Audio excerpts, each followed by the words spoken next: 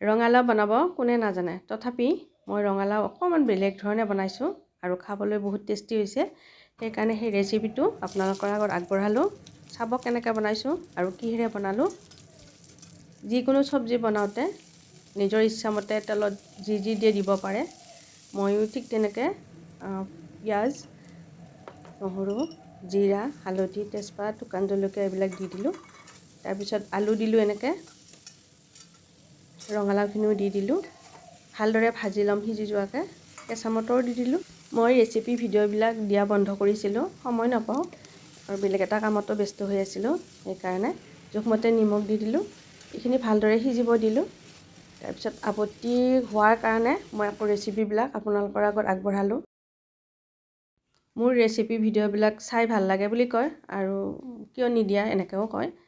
সেইকাৰণে আকৌ আৰম্ভ কৰিছোঁ। ইয়াতে মই ৰুকা নাৰিকল দি দিলোঁ। কেতিয়াবা কি হয়, কিছুমান ৰঙালাওৰ মিঠা নাথাকে, তেতিয়া তৰকাৰীখনটো বনাবই লাগিব। সেই সময়ত ৰুকা নাৰিকল দি দিব, খাবলৈ বহুত সোৱাদ হ'ব।